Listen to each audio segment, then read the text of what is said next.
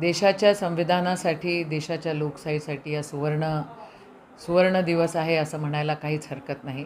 जे लोक अरेरावी, हिटलरशाही, दादागिरी ह्या सगळ्या गोष्टी करत होते, त्यांना समाजाने, जनतेने आम आदमी की ताकद ज्याला म्हणतात, त्या ताकदीने जरा थोबाडीत दिलेली आहे. ही वस्तुस्थिती आहे.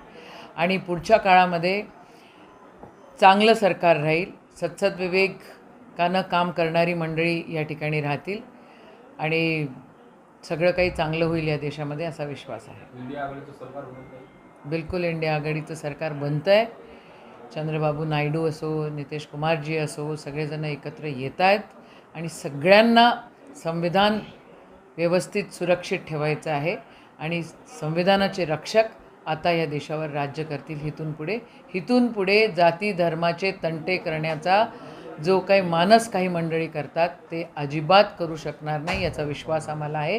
आदरणीय राहुल गांधीजी यांनी जी भारत जोडो यात्रा काढली होती त्याचं यश आपल्याला सगळ्यांना दिसतंय आणि एकजुटीचं यश या ठिकाणी.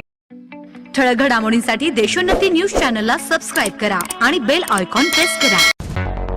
मुंबई, पुणे, नागपूर, मराठवाडा असो का विदर्भ, राजकीय, सामाजिक, शैक्षणिक क्षेत्र असो का क्रीडा, सर्वच घडामोडीचे विश्लेषण पाहायला विसरू नका. फक्त देशोन्नती न्यूजवर.